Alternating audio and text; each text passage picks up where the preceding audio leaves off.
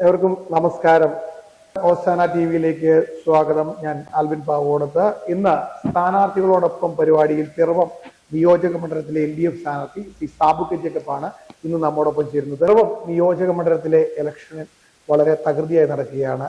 വളരെ ആത്മവിശ്വാസത്തോടുകൂടി LDFന്റെ സ്ഥാനാർത്ഥി സാബുക്ക് ജേക്കബ് പ്രചരണ പരിപാടികൾ നടക്കുന്നതിനിടയിലാണ് ഇന്ന് നമ്മോടൊപ്പം ചേരുന്നത്. സാബുക്ക് നമസ്കാരമുണ്ട്. നമസ്കാരം ആൽവിൻ. നമ്മുടെ ഈ തെരഞ്ഞെടുപ്പുമായിട്ടുള്ള കാര്യങ്ങളാണ്. നമ്മൾ കഴിഞ്ഞ ദിവസം ഒരു പ്രോഗ്രാം വെച്ചത് സാബുചേട്ടന് വരാൻ പറ്റിയില്ല. അന്ന് പ്രചരണ പരിപാടി ഉണ്ടെന്ന് പറഞ്ഞായിരുന്നു. ഈ ഒരു നിയോജക മണ്ഡലത്തില് താങ്കൾ സ്ഥാനാർത്ഥിയായി LDFിലേക്ക് വന്നതിന് ശേഷം ഈ മണ്ഡലത്തിലേക്ക് എന്തെല്ലാം വികസന പ്രവർത്തനങ്ങൾ കൊണ്ടുവരുന്നതാണ് താങ്കളുടെ ആഗ്രഹം? ഞാൻ സ്ഥാനാർത്ഥിയായി ഇവിടെ ഇടതുപക്ഷ ജനാധിപത്യവുമായി സഹകരിച്ച് പ്രവർത്തിക്കാൻ തീരുമാനിച്ചപ്പോൾ തന്നെ ഒരു കാര്യം വ്യക്തമാണ്. നമ്മുടെ പിറവത്ത് 14 വർഷക്കാലമായി വികസന പ്രവർത്തനം മുരടിച്ച അല്ലെങ്കിൽ വികസന പ്രവർത്തനം നടത്താതെ പോയൊരു സാഹചര്യം ഉണ്ടായിരുന്നു. ആ സാഹചര്യത്തെ മാറ്റുവാൻ ഇടതുപക്ഷ ജനാധിപത്യ മുന്നണി സർക്കാർ നടപ്പിലാക്കുന്ന വികസന പദ്ധതികൾ, ആ പദ്ധതികൾ നാട്ടിലെത്തിക്കുവാൻ അത് നമ്മുടെ നാടിനൊരു അനിവാര്യമാണെന്ന് തോന്നി. കാരണം പല പ്രതിപക്ഷ MLA-മാരും ഉള്ള സ്ഥലങ്ങളിലെല്ലാം കോടിക്കണക്കിന് രൂപയുടെ കിഫ്ബിയുടെ പ്രവർത്തനം കൊണ്ടുവന്നിട്ടുണ്ട്. നമ്മുടെ ഈ പിറവം നിയോജക മണ്ഡലത്തിൽ വികസന പ്രവർത്തനങ്ങൾ കൊണ്ടുവരാൻ കഴിഞ്ഞില്ല എന്നുള്ളത് MLA-യുടെ തികച്ചും അനാസ്ഥയാണെന്ന് പറയാതിരിക്കാൻ കഴിയില്ല. നമ്മളെ സംബന്ധിച്ച് നമ്മൾ കാണേണ്ട കാര്യം, ഇന്ന് വേണ്ടത് ആരോഗ്യരംഗത്ത് കുറേ മാറ്റങ്ങൾ നമുക്ക് കൊണ്ടുവരാനുണ്ട്. അതോടൊപ്പം തന്നെ IT മേഖലയിൽ IT ഹബ്ബുകൾ അടക്കം കൊണ്ടുവരാനുണ്ട്. അതുപോലെ തന്നെ പ്രധാനപ്പെട്ട കാര്യം, നമ്മുടെ തൃപ്പൂണിത്തുറ വരെ എത്തിക്കുന്ന മെട്രോ, നമ്മുടെ നിയോജകമണ്ഡലത്തിലെ ചോറ്റാനിക്കര വരെ നമുക്കറിയാം, ചോറ്റാനിക്കര അമ്പലവുമായി ബന്ധപ്പെട്ട് നിരവധി സംസ്ഥാനത്തിന് വെളിയിലൊക്കെ ഒരുപാട് ആളുകൾ വരുന്നൊരു സ്ഥലമാണ്. അങ്ങോട്ടൊരു ആക്സസ് അനിവാര്യമാണ്. അതിന് മെട്രോ ഇങ്ങോട്ട് നീട്ടേണ്ടതായിട്ടുണ്ട്. അതുപോലെ തന്നെ നമ്മുടെ ഈ നാടിന് ഏറ്റവും വലിയ ഒരു ശാപമായി നിൽക്കുന്നത് രാത്രിയും പകലും വാഹനങ്ങൾ യാത്ര ചെയ്യുന്ന ഒരു സ്റ്റേറ്റ് ഹൈവേ പോലും ഇല്ല എന്നുള്ളതാണ്. ഇപ്പം നമ്മുടെ പടിഞ്ഞാറൻ മേഖലയായ തിരുവാങ്കുളത്ത് മധുര ഹൈവേ പാസ് ചെയ്യുന്നതുകൊണ്ട് ഒരുപാട് വാഹനങ്ങൾ അതുവഴി കൊണ്ടുപോകും. കിഴക്കേ അറ്റത്ത് കൂത്താട്ടുകുളം നിൽക്കുന്ന അവിടെ MC റോഡുണ്ട്. ഇതിന് രണ്ടിലും ഇടയിൽ നല്ലൊരു റോഡില്ല എന്നുള്ളതാണ് നമ്മുടെ വികസനം ശരിക്കും പറഞ്ഞാൽ മറ്റ് പഞ്ചായത്തുകളിലേക്കും ഈ ഇടയ്ക്കുള്ള പ്രദേശങ്ങളിലേക്കും എത്താത്തതിൻ്റെ മെയിൻ കാരണം ഒരു നല്ല ഹൈവേ ഇല്ല എന്നുള്ളതാണ്. അതിന് നമ്മൾ മുന്നോട്ട് വയ്ക്കുന്ന ആശയം, പണ്ട് തന്നെ സർവേ നടത്തി പൂർത്തിയാക്കിയിട്ടുള്ള, ഞാൻ പഞ്ചായത്ത് പ്രസിഡൻ്റായിരുന്ന കാലഘട്ടത്തിൽ നമ്മുടെ ശബരി പാത അതിനുവേണ്ടി ഒരു അലൈൻമെൻറ്റ് സെറ്റ് ചെയ്യുകയും അതിൻ്റെ പ്രവർത്തനങ്ങൾ ഏകദേശം നടത്തിക്കൊണ്ട് പോവുകയും ചെയ്യും. അതോടൊപ്പമാണ് എക്സൈസ് കടവെന്ന് പറയുന്ന പാലത്തിൻ്റെ കൺസെപ്റ്റ് തന്നെ വരുന്നത്. അതുകൊണ്ട് അത് നമുക്ക് വീണ്ടും പുനർജീവിപ്പിക്കണം. അത് നെടുമ്പാശ്ശേരിയിൽ നിന്ന് തിരുവാങ്കുളം വന്ന് തിരുവാങ്കുളത്ത് നിന്ന് പിറവം, ചോറ്റാനിക്കര പിറവത്ത് നിന്ന് കൂത്താട്ടുകുളം വഴി രാമപുരം വഴി പോകുന്ന ഒരു ഹൈവേ, അത് ശബരി പാത എന്നാണ് എൻ്റെ പേര്. അത് പുനർജീവിപ്പിക്കണം. അത് പുനർജീവിപ്പിച്ചാൽ രാത്രിയും പകലും വാഹനങ്ങൾ ഓടാൻ കഴിയുമ്പോൾ എത്ര രാത്രിയാണെങ്കിലും നമ്മുടെ നാട്ടിലേക്ക് എത്തിച്ചേരാനുള്ള ഒരു ബസ് സർവീസ് അടക്കമുള്ളതുണ്ടാവും. അതുപോലെ ബിസിനസ്സുകാരെ സംബന്ധിച്ച് നമ്മുടെ പിറവം 7 മണി കഴിഞ്ഞാൽ ഇരുടടങ്ങും. കാരണം ഒരു വാഹനമില്ല, ഒരു സ്ഥലത്തേക്കും പോകാൻ കഴിയുന്ന ഒരു സാഹചര്യമില്ല. പുറത്തുനിന്ന് ആൾക്കാർ വന്ന് നമ്മുടെ നാട്ടിൽ ഒരു ചായ കുടിക്കാൻ പോലും നിർത്താത്ത സ്ഥിതിവിശേഷം ഈ സൗകര്യമില്ലാത്തതുകൊണ്ട് നമുക്കുണ്ടായിട്ടുണ്ട്. അപ്പോൾ അനിവാര്യമായത് ഈ പറഞ്ഞ പോലെ തന്നെ ഒരു റോഡ് ആക്സസ് ആണ്. അതിന് ശബരിപാത വരണം. ഇതാണ് നമ്മൾ ആഗ്രഹിക്കുന്ന പ്രധാനപ്പെട്ട വികസനമായി ബന്ധപ്പെട്ട്. പിന്നീട് ഞാൻ ആഗ്രഹിക്കുന്ന പിറവത്തൊരു MLA ഓഫീസ് അനിവാര്യമാണ്. ഒരു MLA ഓഫീസ് ഇല്ല, ഒരു MLA ഓഫീസ് അനിവാര്യമാണ്. അതോടൊപ്പം തന്നെ നമുക്ക് പ്രാദേശിക തലത്തിൽ എല്ലാ തദ്ദേശ സ്ഥാപന പരിധിയിൽ, ഇവിടെ 9 പഞ്ചായത്തും 2 മുനിസിപ്പാലിറ്റിയും ഒരു തൃപ്പൂണിത്തുറ മുനിസിപ്പാലിറ്റിയുടെ കുറച്ച് ഭാഗം ഉൾപ്പെടുന്നതാണ് ഈ നിയോജക മണ്ഡലം. ആ മേഖലയിൽ നമുക്ക് മാസത്തിൽ ഒരു നിശ്ചിത സമയം വന്നിരുന്ന് ഒരു നിയമസഭാ സാമാജികൻ അവിടുത്തെ ആൾക്കാരുമായി ബന്ധപ്പെട്ട് സംസാരിച്ച് ഒരു സംവാദം നടത്തി അതിന് വേണ്ട വികസന പ്രവർത്തനങ്ങൾ പ്രയോറിറ്റി കൊടുത്ത് നടപ്പിലാക്കാൻ കഴിയുന്ന വലിയൊരു ആശ്വാസമാകും ആളുകൾക്ക്. അതുപോലെ തന്നെ ചെറുകിട ജലസേചന പദ്ധതികൾ, വിവിധ മേഖലകളിൽ ഒരുപാട് കുടിവെള്ള പ്രശ്നമുണ്ട്. ആ പ്രശ്നങ്ങൾക്ക് പരിഹാരം കാണുവാൻ ഒരു 100 വീട് 150 വീടുകൾക്ക് കണക്ഷൻ കൊടുത്ത് ജലം നൽകാൻ കഴിയുന്ന രീതിയിൽ, കുടിവെള്ളം നൽകാൻ കഴിയുന്ന പദ്ധതികൾ ആവിഷ്കരിക്കേണ്ടതായിട്ടുണ്ട്. അതുപോലെ നമുക്ക് ഏറ്റവും പ്രധാനപ്പെട്ട ഒരു കാര്യം നാഷണൽ ആയുർവേദ മിഷൻ, അത് സെൻട്രൽ ഗവൺമെൻറ് ഒരു സ്ഥാപനമാണ്. അതുമായി ബന്ധപ്പെട്ട റിസർച്ച് സെൻ്ററുകൾ കൊണ്ടുവരാൻ കഴിയും. ആ റിസർച്ച് സെൻ്ററുകൾ ഫലത്തിൽ ഒരു ആയുർവേദ മെഡിക്കൽ കോളേജായിട്ട് പ്രവർത്തിക്കുകയും ചെയ്യും. അപ്പോൾ അങ്ങനെയുള്ള കുറേ നല്ല കാര്യങ്ങൾ ഈ നാട്ടിൽ വേണ്ട എല്ലാ സംവിധാനങ്ങളും ഒരുക്കണമെന്നാണ് ആഗ്രഹം. അതിനൊരു അവസരം ലഭിച്ചാൽ തീർച്ചയായിട്ടും അതുമായി മുന്നോട്ട് പോകും. നിലവിൽ യു ഡി എഫിൽ വർഷങ്ങളായിട്ട് ഈ പിറവത്തെ നയിച്ച ഒരു നേതാവാണ് സാബുക്ക് ജേക്കബ്. കോൺഗ്രസിന്റെ ഒരു കാലഘട്ടത്തിലും ഈ കഴിഞ്ഞ എനിക്ക് തോന്നുന്നത് കുറച്ച് വർഷങ്ങൾക്ക് മുമ്പ് വരെ താങ്കൾ ഈ ഒരു രാഷ്ട്രീയ പാർട്ടിയുടെ ഒരു മുതിർന്ന നേതാവായിട്ട് തന്നെ നിന്നിരുന്നതാണ്. അപ്പോൾ താങ്കൾ കഴിഞ്ഞ 5-10 വർഷക്കാലം ഈ പിറവ നഗരസഭയിൽ പഞ്ചായത്ത് പ്രസിഡന്റും ചെയർമാനുമായിട്ടിരുന്ന സമയത്ത് താങ്കളെ ഇപ്പൊ താങ്കൾ LDF സ്ഥാനാർത്ഥിയായിട്ട് ആ സമയത്ത് LDF സർക്കാർ കൂടുതലായി സഹായിച്ചിട്ടുണ്ടോ ഈ MLA സപ്പോർട്ട് ഇല്ലാതെ? അതിലൊരു പ്രധാനപ്പെട്ട കാര്യം, ഒരു 6 വർഷക്കാലമായി 2020 മുനിസിപ്പൽ ചെയർമാൻ ആ പീരീഡ് എൻ്റെ അവസാനിച്ച ശേഷം പാർട്ടിയിൽ നിന്നും മാറ്റി നിർത്തുന്ന ഒരു സ്ഥിതിവിശേഷമാണ് ഉണ്ടായത്. പിന്നീട് ഏകദേശം 6 വർഷക്കാലമായി പാർട്ടിയുമായി ബന്ധപ്പെട്ട പരിപാടികൾ പോലും ക്ഷണിക്കാതെ, ഈവൻ ഏറ്റവും താഴെത്തട്ടിലുള്ള ബൂത്ത് കമ്മിറ്റികൾക്ക് പോലും വിളിച്ചില്ല. ഒരു പ്രധാന കാരണമായി കണ്ടത് എന്നെ മാറ്റി നിർത്തണം എന്നുള്ളൊരു തീരുമാനം. അതിൽ പ്രധാന പങ്ക് വഹിച്ചത് അനൂപ് ജേക്കബാണ്. കാരണം കൃത്യമായ അദ്ദേഹത്തിൻ്റെ അജണ്ട ഉണ്ടായിരുന്നു. 2016-17 കാലഘട്ടത്തിൽ ഉമ്മൻചാണ്ടി സാറുമായിട്ടുള്ള ബന്ധം, ഏറ്റവും നല്ല വികസന പ്രവർത്തനം പഞ്ചായത്ത് പ്രസിഡന്റായപ്പോഴും മുനിസിപ്പൽ ചെയർമാനായപ്പോഴും ചെയ്യാൻ കഴിഞ്ഞപ്പോൾ അദ്ദേഹം സംശയിച്ചു. ഞാൻ അദ്ദേഹത്തിൻ്റെ ഒരു എതിരാളിയായി UDF കടന്നു വരുമെന്നുള്ളൊരു ചിന്തയാണ് അദ്ദേഹത്തെ എന്നെ പലപ്പോഴും നമ്മുടെ ഈ മുനിസിപ്പാലിറ്റിയിലും പഞ്ചായത്തായിരുന്നപ്പോഴും ഈവൻ എൻ്റെ വാർഡിൽ പോലും അദ്ദേഹത്തിൻ്റെ ആസ്തി വികസന ഫണ്ട് MLA ഫണ്ടോ നൽകിയില്ല എന്നുള്ളത് ദുഃഖകരമായൊരു കാര്യമാണ്.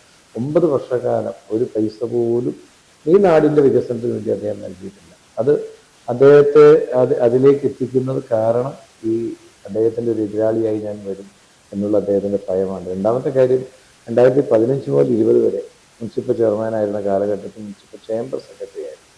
ആ മുനിസിപ്പൽ ചേംബർ സെക്രട്ടറി ആയിരുന്ന കാലഘട്ടത്തിൽ നിരവധി വികസന പ്രവർത്തനം, കോടിക്കണക്കിന് രൂപയുടെ വികസന പ്രവർത്തനങ്ങൾ കൊണ്ടുവന്നതെല്ലാം ഇടതുപക്ഷ ജനാധിപത്യ മുന്നണിയുടെ, അതായത് പിണറായി വിജയൻ സർക്കാരിൻ്റെ ഒരു താല്പര്യത്തോടു കൂടി തന്നെയാണ്. നമ്മൾ ചെന്ന് പറയുന്ന കാര്യങ്ങൾ അവരെ ബോധ്യപ്പെടുത്താൻ ശ്രമിക്കുമ്പോൾ രാഷ്ട്രീയത്തിലുപരി അത് നടപ്പിലാക്കേണ്ടതാണെന്ന് കണ്ടുകൊണ്ട് അനുവദിക്കുകയാണ് ചെയ്യുന്നത്. അതുകൊണ്ട് പൂർണ്ണ മനസ്സോടെ ഞാൻ പറയും, ഇടതുപക്ഷ ജനാധിപത്യത്തിന് പൂർണ്ണമായി ആ കാലഘട്ടത്തിൽ എന്നോട് സഹകരിച്ചിട്ടുണ്ട് എന്ന കാര്യത്തിലൊക്കെയില്ല. അതുകൊണ്ട് തന്നെയാണ് നിരവധി വികസന പ്രവർത്തനങ്ങൾ മുനിസിപ്പൽ ഏരിയയിൽ, മുനിസിപ്പൽ പരിധിയിൽ കൊണ്ടുവരാനായിട്ട് കഴിഞ്ഞത്.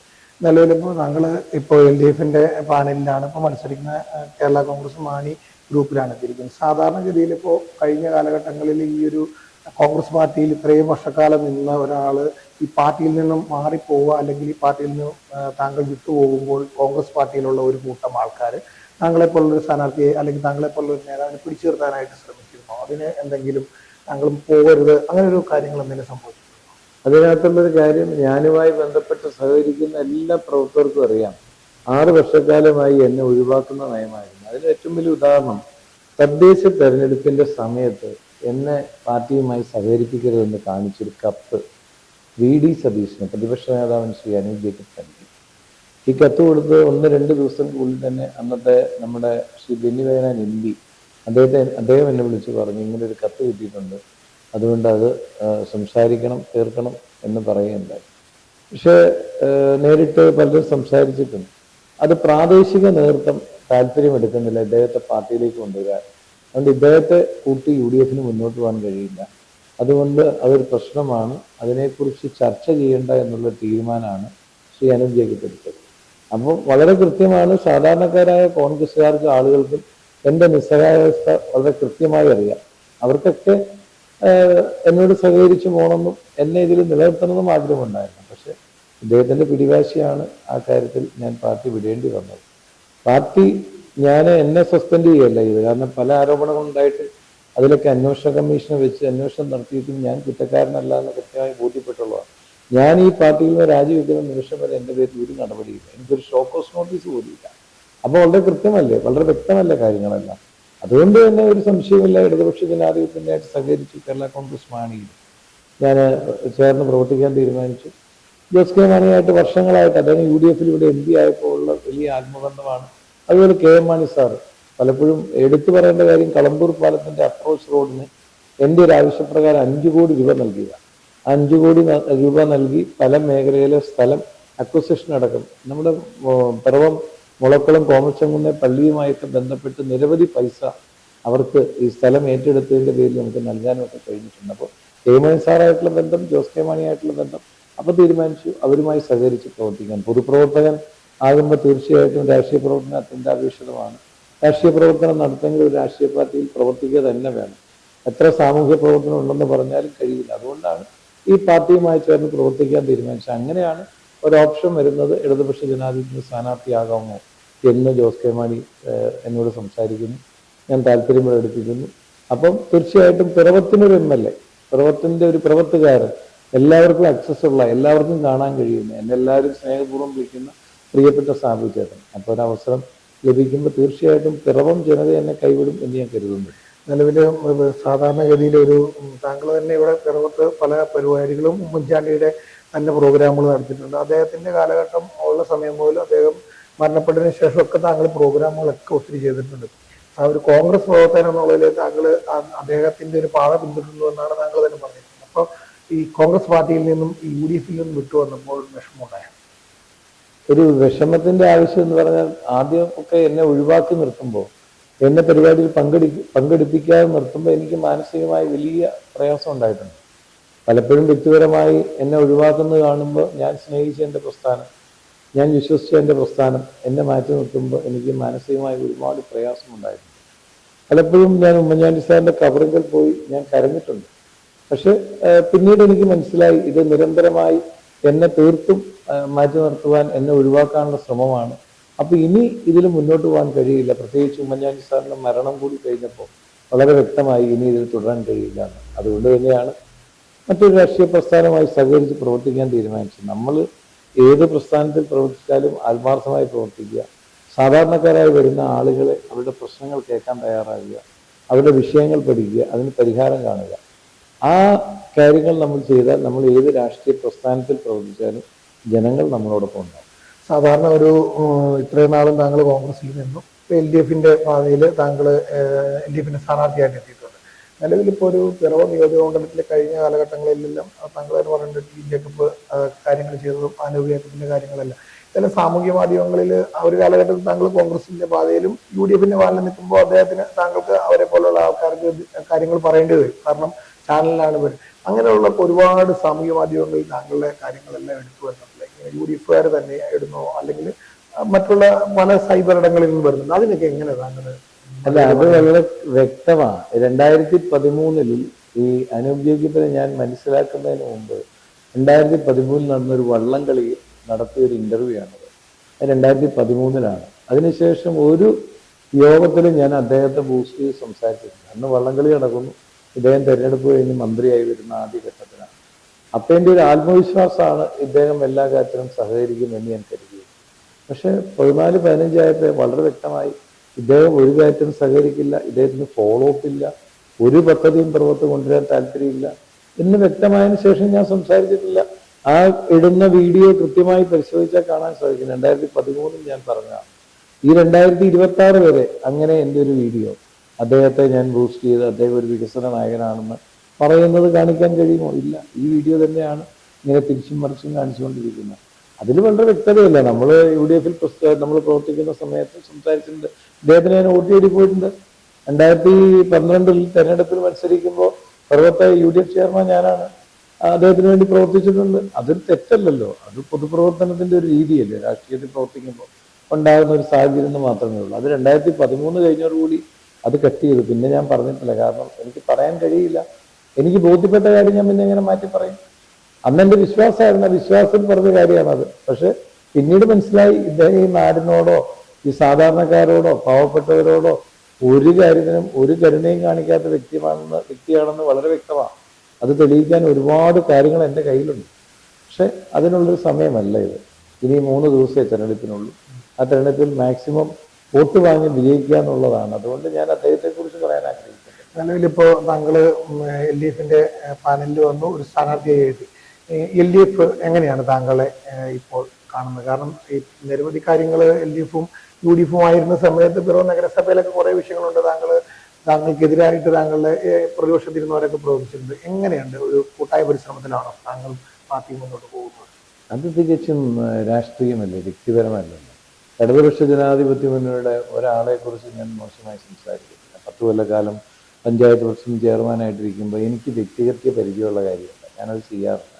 രാഷ്ട്രീയമായി സംസാരിക്കും എങ്കിൽ പോലും നമ്മുടെ എതിരാളികളെ വേദനിപ്പിക്കാത്ത രീതിയിൽ അല്ലെങ്കിൽ അവർക്കൊരു ബുദ്ധിമുട്ടുണ്ടാകാത്ത രീതിയിൽ സംസാരിക്കുന്ന ഒരാളാണ് ഞാൻ. അതുകൊണ്ട് തന്നെ എന്നെ രാഷ്ട്രീയമായിട്ട് അവരെ എതിർക്കുമ്പോഴും വ്യക്തിപരമായി എനിക്ക് നല്ല ബന്ധം എല്ലാ നേതാക്കളുമായി ഞാൻ കാത്തു സൂക്ഷിക്കുന്നു. അത് വളരെ വ്യക്തമാണ് ആ കാര്യങ്ങളിലെല്ലാം. അത് രാഷ്ട്രീയമായവരെന്തെങ്കിലും പറഞ്ഞിട്ടുണ്ടാകും, അത് അന്നത്തെ രാഷ്ട്രീയ സ്ഥിതിയിൽ പറഞ്ഞിട്ടുള്ളതാണ്.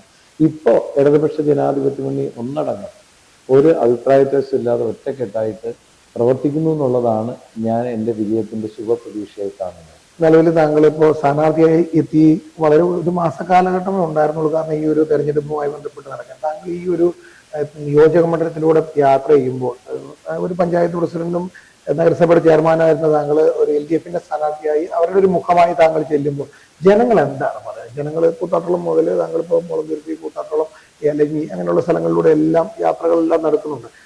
ജനങ്ങളുടെ വികാരം എന്താണ് താങ്കൾ തോന്നുന്നത്? അതിപ്പം ഇരുമ്പനം കരിങ്ങാച്ചിറ മുതൽ കൂത്താട്ടോളം വരെയാണ് നമ്മുടെ നിയോജകമണ്ഡലം. ആദ്യം സ്റ്റാർട്ട് ചെയ്യുന്ന പര്യടനം ഇരുമ്പനത്തു നിന്നാണ്. വലിയ ആത്മവിശ്വാസം നൽകുന്നത്. അങ്ങനെ ഒരു എതിർവികാരം എനിക്ക് കാണാൻ കഴിഞ്ഞില്ല. തരുന്ന സ്വീകരണങ്ങളിൽ, ആരാധനകളിലെല്ലാം വലിയൊരു ആത്മവിശ്വാസമാണ് പ്രവർത്തകരുടെ ഇടയിൽ ഉണ്ടായിട്ടുള്ളത്. അത് പല സ്ഥലങ്ങളിലും പല കോൺഗ്രസ് UDF-ന്റെ പല നേതാക്കളും ഒക്കെ എൻ്റെ അടുത്ത് വന്ന് സംസാരിക്കുകയൊക്കെ ചെയ്തിട്ടുണ്ട്. അവരൊക്കെ ഒരു മാറ്റം ആഗ്രഹിക്കും. കാരണം ഇത് 4ാമത്തെ ടൈമിലാണ് ഇദ്ദേഹം മത്സരിക്കാൻ പോകുന്നത്.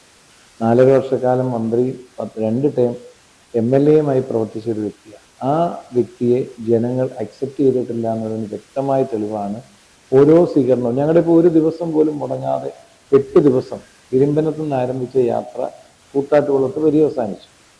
ഒരു കാര്യം വ്യക്തമാണ്, വളരെ കൃത്യമായി വളരെ ടൈം ഷെഡ്യൂൾ ചെയ്ത് പര്യടന പരിപാടി പൂർത്തീകരിക്കാൻ കഴിഞ്ഞു. 1 മണിക്കൂർ പോലും, ഒരു ദിവസം പോലും മാറ്റിവെക്കേണ്ടതായിട്ട് വന്നില്ല.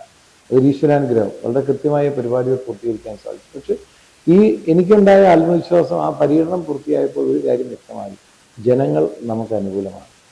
രാഷ്ട്രീയത്തിനപ്പുറത്ത് ജനങ്ങൾ എന്നെ ഇഷ്ടപ്പെടുന്നുണ്ട്, എന്നെ മനസ്സിലാക്കുന്നുണ്ട്. ഞാൻ എൻ്റെ എല്ലാ കാര്യങ്ങളും, ഞാൻ പറഞ്ഞിട്ടുള്ള കാര്യങ്ങൾ മനസ്സിലാക്കിയാണ് അവർ പ്രതികരിക്കുന്നത്. അതല്ലാതെ എന്നെ വേദനിപ്പിക്കുന്ന ഒരു പ്രവർത്തനമോ അല്ലെങ്കിൽ എന്നെ വേദനിപ്പിക്കുന്ന ഏതെങ്കിലും ഒരു സാഹചര്യമോ എൻ്റെ ഈ യാത്രയിൽ ഒരു സമയത്തും ഒരിടത്തും ഉണ്ടായിട്ടില്ല. നിലവിൽ താങ്കൾ UDF-ന്റെ പാതയിൽ ഇരുന്ന സമയത്ത് ചോദിക്കാത്ത കുറെ കാര്യങ്ങളാണ് ഇപ്പോൾ UDF-കാരായിട്ടുള്ള താങ്കളുടെ സഹപ്രവർത്തകരും താങ്കളുടെ കൂടെ ഉണ്ടായിരുന്നവരെല്ലാം കഴിഞ്ഞ ദിവസമൊക്കെ ആണെങ്കിൽ പോലും കൂത്താട്ടത്തെ പ്രോഗ്രാമിലാണെങ്കിൽ പോലും താങ്കൾ മറുപടി വരണൊക്കെ ഞാൻ കേട്ടു. അപ്പൊ അങ്ങനെയുള്ള കൂട്ടത്തിൽ ഇത്രയും നാളും കൂടെ ഉണ്ടായിരുന്ന ആൾക്കാർ കുറച്ച് പേര് ഇങ്ങനെ മാറി നിന്ന് നമുക്കെതിരായിട്ട് ആക്ഷേപങ്ങൾ ഉന്നയിക്കുമ്പോൾ എന്ത് തോന്നും? അല്ല, ഒരാക്ഷേപം ഉന്നയിച്ചിട്ടില്ല. ആ ഇന്റർവ്യൂവിൽ ഞാൻ കൃത്യമായ മറുപടി നൽകിയിട്ടുണ്ട്. എൻ്റെ പ്രിയപ്പെട്ട സുഹൃത്തുക്കൾ എന്നെ കുഴപ്പിക്കാനോ അല്ലെങ്കിൽ വ്യക്തിപരമായി എന്നെ വ്യക്തിഹത്യ നടത്താനോ ഒരു കോൺഗ്രസ്സുകാരൻ തയ്യാറായിട്ടില്ല. ഒരു കോൺഗ്രസ്സുകാരൻ ചോദിച്ചിട്ടുമില്ല. കേരള കോൺഗ്രസ് ജേക്കബ് ഗ്രൂപ്പിന്റെ ചില ആളുകൾ ചോദിച്ചു, അതിനുള്ള ചുട്ട മറുപടി ഞാൻ കൊടുക്കുകയും ചെയ്തു.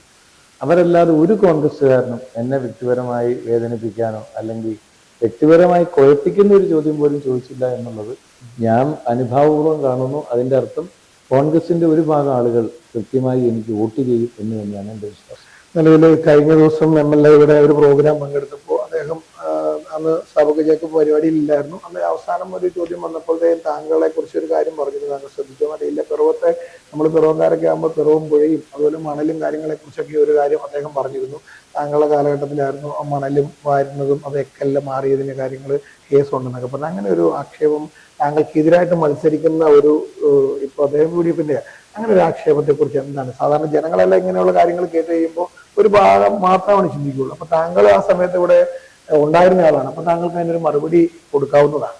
അത് ആ കാര്യത്തിൽ എക്കലും ചെളിയും നീക്കം ചെയ്ത കാര്യത്തെക്കുറിച്ചാണെങ്കിൽ സംസ്ഥാന സർക്കാരിന്റെ തീരുമാനപ്രകാരം ഡിസാസ്റ്റർ മാനേജ്മെന്റ് റവന്യൂ ഡിപ്പാർട്ട്മെന്റാണ് നടപ്പിലാക്കിയിട്ടുള്ളത്. അത് ഈ ടെൻഡറായിരുന്നു. അതായത് ഏറ്റവും കൂടുതൽ വിശ്വാസ്യതയുള്ള, ഏറ്റവും കൂടുതൽ ഗവൺമെന്റ് നിർദ്ദേശിക്കുന്ന ഒരു കാര്യമാണ് തുക കൂടുമ്പോൾ ഈ ടെൻഡർ നടത്തുന്നത്. അത് കൃത്യമായി ഈ ടെൻഡർ നടത്തി അതിൻ്റെ കസ്റ്റോഡിയൻ എന്ന് പറയുന്ന മണലിൻ്റെ അടക്കം തഹസീൽദാരാണ്, RDO ആണ്. അതുപോലെ തന്നെ ഈ മണൽ ഇടുന്നതിന് വേണ്ടി സൈറ്റുകൾ എടുത്തതെല്ലാം വില്ലേജ് ഓഫീസറാണ്.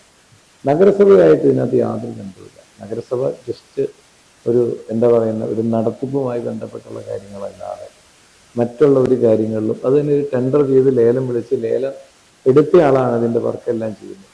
ഇപ്പം മണൽ സൂക്ഷിക്കുന്നത് ഒരു കാരണവശാലും മുനിസിപ്പാലിറ്റി അല്ല, അപ്പം കസ്റ്റോഡിയൻ മുനിസിപ്പാലിറ്റി അല്ല. അതുകൊണ്ട് തന്നെ ഇതിൽ പറയുന്ന ആരോപണങ്ങൾ തെറ്റാണ്. 2, ഇത് കൃത്യമായി ഹൈക്കോടതിയുടെ ഉത്തരവ് വന്നിട്ടുണ്ട്. ആ ഉത്തരവിൽ ഒരു ഭാഗത്തും നഗരസഭ അനധികൃതമായി ഇടപെടുകയോ ഇതിൽ മറ്റെന്തെങ്കിലും കൈകടത്തൽ നടത്തുകയോ ചെയ്യുമെന്ന് സൂചിപ്പിച്ച ഒരു ഉത്തരവും അവരുടെ കയ്യിലില്ല. ഹൈക്കോടതി ഉത്തരവ് എൻ്റെ കയ്യിലുണ്ട്, അത് വായിച്ചു നോക്കി കൃത്യമായിട്ട് മനസ്സിലാവും.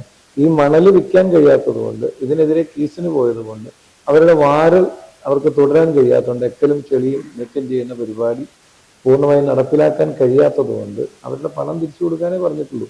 അതിൽ ഹൈക്കോടതിയുടെ ഒരു പരാമർശം പോലും, ഒരു വേഡിങ് പോലും ഇല്ല. അപ്പൊ അത് വ്യാജമാണെന്ന് വളരെ കൃത്യമല്ലേ? അങ്ങനെയാണെങ്കിൽ ഹൈക്കോടതി പറയണല്ലോ.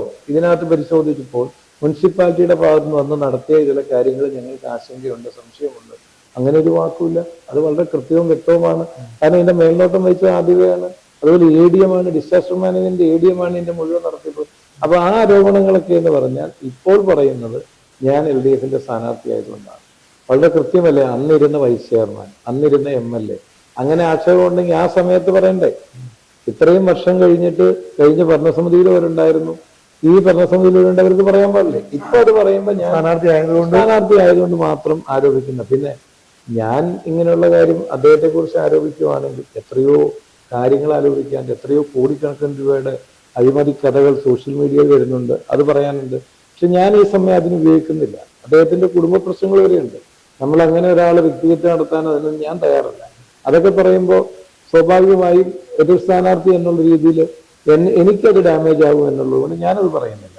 അദ്ദേഹം എന്നെ കുറിച്ച് എന്ത് പറഞ്ഞാലും അദ്ദേഹത്തെ സംബന്ധിച്ചുള്ളതും അദ്ദേഹത്തിന്റെ കുടുംബത്തെ സംബന്ധിച്ചുള്ള കാര്യങ്ങളൊന്നും ഞാനിവിടെ പറയാൻ തയ്യാറാണ്. നിലവിൽ ഇപ്പോൾ സാബുക്ക് ജേക്കബ് എന്നുള്ള ഒരു സ്ഥാനാർത്ഥി LDFന്റെ പാതയിൽ ഒരു 2 ചിഹ്നത്തിന്റെ പിറവം നിയോജക മണ്ഡലത്തിന്റെ സ്ഥാനാർത്ഥിയായി എത്തി. കഴിഞ്ഞ തവണ ഇവിടെ മത്സരം നടന്നപ്പോൾ ഏകദേശം 1.5 ലക്ഷം, അത് 1,60,000 വോട്ടുകളാണ് ഈ നിയോജകമണ്ഡലത്തിലുണ്ടായിരുന്നത്. അന്ന് LDFന്റെ സ്ഥാനാർത്ഥിക്ക് ഏകദേശം 60,000 അടുത്ത വോട്ടുകളും, താങ്കൾക്ക് ഓപ്പോസിറ്റ് മത്സരിക്കാൻ അനുഭവിക്കപ്പോൾ ഏകദേശം 25,000 വോട്ടിനാണ് ജയിച്ചത്. ഇപ്പൊ 1,94,000, 2 ലക്ഷത്തിൽ താഴെയുള്ള വോട്ടുകളുണ്ട്. ഈ ഒരു വോട്ടിന്റെ കണക്കുകൾ വെച്ചിട്ട് താങ്കൾ കാണുന്നുണ്ടാവും സാമൂഹ്യ മാധ്യമങ്ങളും മനോരമ ചാനലുകളിലൊക്കെ ഓരോ ഹിസ്റ്ററി, ആര് ജയിക്കും ആര് തോക്കും എന്നൊക്കെ കാണുന്നുണ്ട്. ഇതിനെയൊക്കെ എങ്ങനെ മറികടക്കാനുള്ള തന്ത്രങ്ങളുണ്ട്? ഈ സർവേകളൊന്നും ക്ലിയർ അല്ല. കഴിഞ്ഞ LDF ഭരണസമിതി 2ാം തവണ പിണറായി വിജയൻ വരുമ്പോഴും ഈ കേരളത്തിലെ മുഴുവൻ ചാനലുകൾ UDF വരുമെന്ന് പറഞ്ഞതാണ്. അപ്പൊ ഈ സർവേകൾ നമ്മൾ വിശ്വസിക്കേണ്ട കാര്യമില്ല. ജനങ്ങളുടെ മനസ്സിലാണ്, ജനങ്ങളുടെ പ്രവൃത്തിയിലാണ്, ജനങ്ങളുടെ ചിന്തയിലാണ് വോട്ട് വരുന്നത്. ആ സമയത്ത് അതനുസരിച്ച് അനുകൂലമായി വരും. ഈ സർവേകൾ നടത്തി വിലയിരുത്തപ്പെട്ടാൽ പിന്നെ നമ്മൾ തിരഞ്ഞെടുപ്പ് നടത്തേണ്ട കാര്യമാണ്. സർവേ വെച്ച് നടത്തിയതനുസരിച്ച് പ്രഖ്യാപിച്ചാൽ പോരെ. അപ്പോൾ വോട്ടിംഗ് പാറ്റേൺ എന്ന് പറഞ്ഞാൽ അത് വളരെ കൃത്യവും വ്യക്തവുമാണ്. അവർക്കറിയാം ആര് വരണം, ആരിനി തിരിച്ചിവിടെ വികസന പ്രവർത്തനം നടത്താൻ കഴിയുമെന്ന്.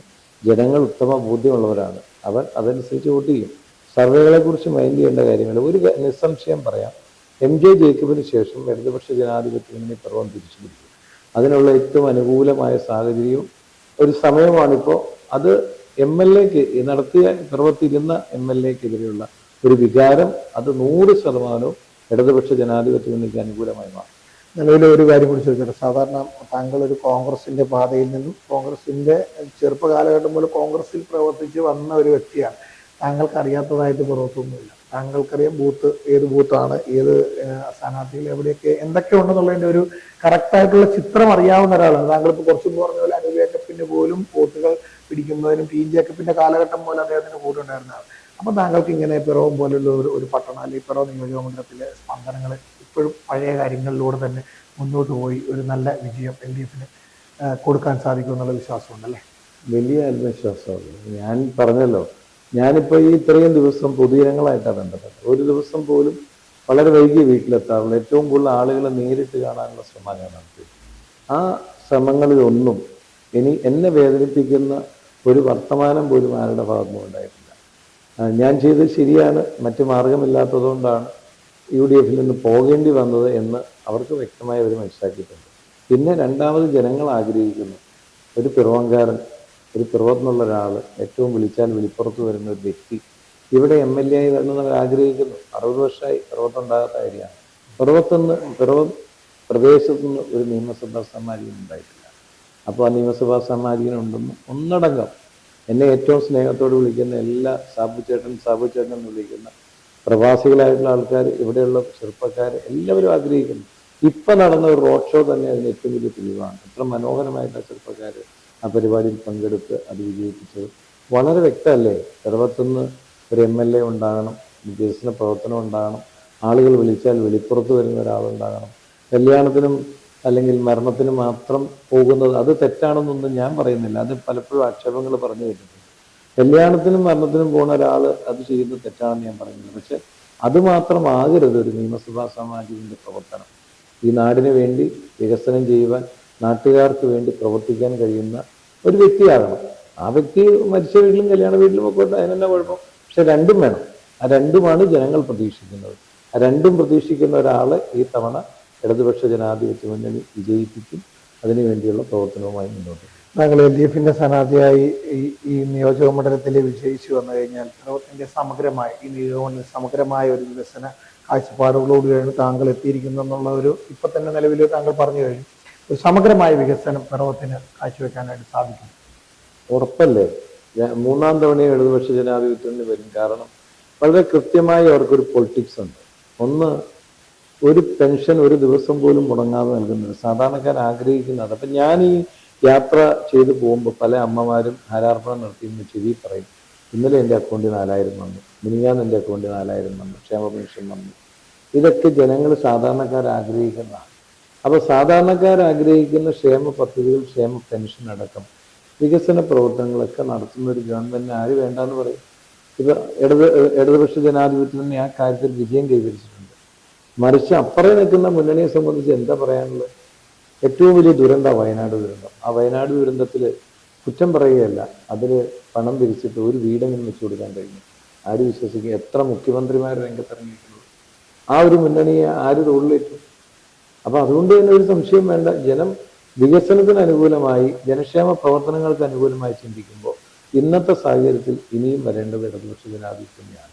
ഇടതുപക്ഷ ജനാധിപത്യ മുന്നണി വരുമ്പോൾ തീർച്ചയായിട്ടും കൂടുതൽ വികസന പ്രവർത്തനങ്ങൾ ഒരു നിയമസഭാ സാമാജികനാകാൻ കഴിഞ്ഞാൽ പിറവത്ത് വിപ്ലവകരമായ വികസനം കൊണ്ടുവരാൻ കഴിയുമെന്നാണ് എൻ്റെ ആത്മവിശ്വാസം. ഒറ്റ ചോദ്യം കൂടി ചോദിക്കുന്നത്, പിറവം നഗരസഭയിലും പഞ്ചായത്തിലും താങ്കൾ ഉണ്ടായിരുന്നതാണ്. പിറവത്തിന്റെ ഒരു പിന്നോട്ടടിക്കൽ കഴിഞ്ഞ വർഷകാലങ്ങളായിട്ട് പിറവത്തെ മാത്രം മാറ്റി നിർത്തിക്കൊണ്ട് കുറെ കാര്യങ്ങൾ ചെയ്തു വന്ന LDFന്റെ നേതാക്കന്മാർ പലരും വന്ന് സംസാരിച്ചിട്ടുണ്ട്. അപ്പൊ താങ്കൾ വിജയിച്ചു വന്നു കഴിഞ്ഞാൽ പിറവത്ത് ഒരു വ്യത്യസ്തമായ ഒരു മാറ്റം പ്രതീക്ഷിക്കാൻ പറ്റും. അത് തന്നെയാണ് ഞാൻ ഇപ്പൊ കുറച്ചു മുമ്പും പറഞ്ഞത്. പിറവത്ത് മാറ്റം, പിറവം നിയോജക മണ്ഡലത്തിൽ മാറ്റം ഉണ്ടാകും. കൂത്താട്ടുകുളത്ത്, മുളന്തുരുത്തിയില്, ചോറ്റാനിക്കരയില്, പാമ്പാക്കടയില്, എലഞ്ഞിയില്, തിരുമാറേടിയില്, അതുപോലെ തന്നെ നമ്മുടെ ചോറ്റാനിക്കരയില് ഒക്കെ, അതുപോലെ തിരുവാങ്കുളം, തൃപ്പൂണിത്തുറമായ തിരുവാങ്കുളം പ്രദേശം, ഈ പ്രദേശങ്ങളിലെല്ലാം ഒരു MLA എന്ന രീതിയിൽ നിശ്ചിത സമയം പോയിരുന്ന് ചർച്ച ചെയ്ത് പദ്ധതികൾ ഉണ്ടാക്കും. ആ പദ്ധതികൾ ജനങ്ങൾക്ക് ഉപകാരപ്രദമായ രീതിയിൽ നടപ്പിലാക്കും.